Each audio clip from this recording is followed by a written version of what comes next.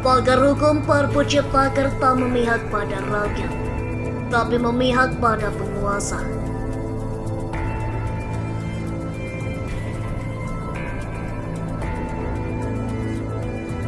Pakar hukum. Para ahli perumus Perpu Cipta Kerja tidak paham perundang-undangan. Dilansir demokrasi.id. Beberapa pakar mengatakan bahwa peraturan pemerintah pengganti undang-undang atau Perpu nomor 2 tahun 2022 tentang Cipta Kerja atau Perpu Cipta Kerja tidak berpihak kepada masyarakat. Akademisi dan Direktur Pusat Studi Konstitusi atau Pusako, Fakultas Hukum Universitas Andalas, Ferry Amsari menilai bahwa yang diuntungkan dari aturan tersebut adalah investor. Siapa yang diuntungkan kan disampaikan oleh Menteri Koordinator Bidang Perekonomian atau Airlangga Hartarto. Ini perpu untuk investor. Kepastian ekonomi investasi, ya investor yang akan diuntungkan. Ujar dia dalam forum diskusi Salebar 87 yang digelar virtual pada Sabtu 7 Januari 2023. Ferry melanjutkan, memang para investor tersebut mendapatkan kepastian investasi. Namun kata dia, publik mengkritik Perpu Cipta Kerja karena tidak memperjuangkan kepentingan masyarakat. Sehingga nanti yang dirugikan adalah masyarakat itu sendiri. Selain itu dia menambahkan, ada lagi yang diuntungkan yaitu ahli hukum di pemerintahan yang memberikan stempel saat diterbitkannya Perpu Cipta Kerja itu. Karena kata Ferry, mungkin orang tersebut mendapat proyek atau setidaknya mencari proyek melalui aturan baru tersebut. Apalagi perumusan Perpu tidak sesuai dengan konsep ilmu perundang-undangan. Ferry pun menilai bahwa ahli-ahli yang dikumpulkan dalam proses pembahasan Perpu tidak terlalu paham soal ilmu perundang-undangan. Kelihatan kok Perpu ini tidak detail di konsep ilmu perundang-undangan. Jadi ketahuanlah bahwa ini tidak mengikuti ilmu perundang-undangan karena dipaksakan, tutur Ferry.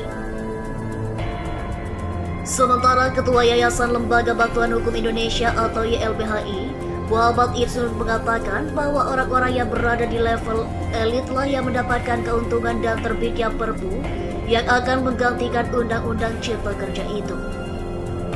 DPR dan MPR, kata dia, menjadi bagian yang mendapatkan keuntungan dari adanya Perpu itu.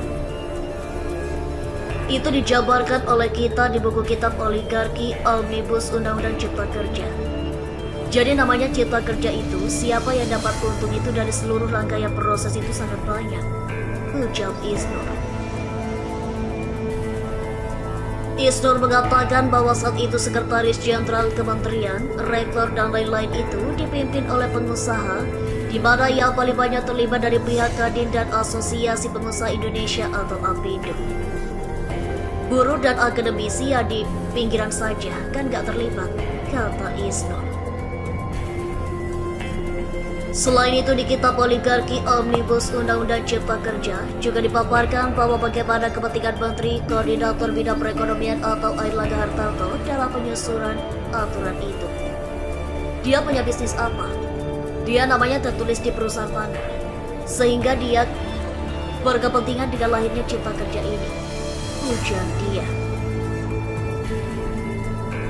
Isnur pun mencontohkan bagaimana agar royalti 0% bagi perusahaan batubara yang melakukan peningkatan nilai.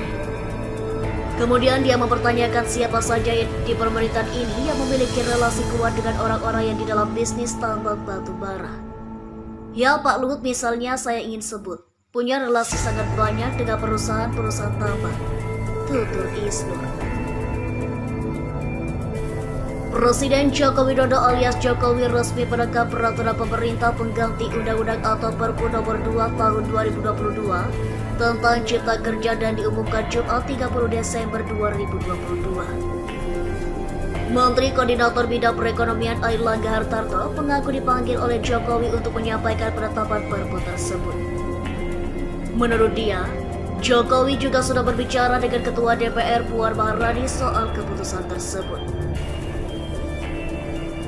Pada prinsipnya, Ketua DPR mengenai Perpu tentang Cipta Kerja Dan ini berpedoman pada peraturan perundang-undangan dan putusan Mahkamah Konstitusi nomor 38 garis miring PUU 7 garis miring 2009. Ujar dia dalam konferensi pers yang disiarkan secara daring melalui akun YouTube Sekretariat Presiden Jumat.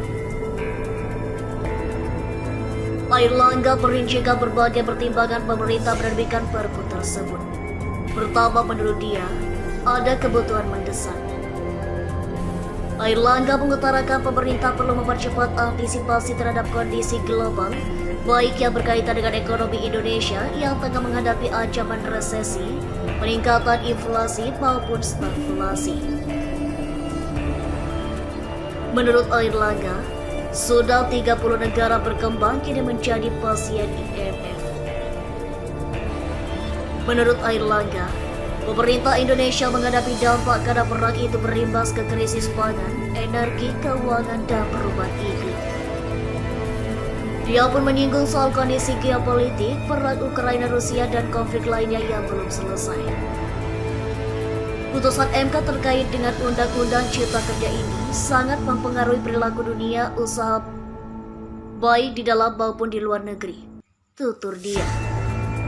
Mereka hampir seluruhnya masih menunggu keberlanjutan dari Undang-Undang Cipta Kerja. Mohon pada pihak terkait, pihak yang berwajib dan pihak yang bersangkutan untuk mengklarifikasi kebenaran berita ini. Kami hanya melansir dan memberitakan, Andalah yang memutuskan.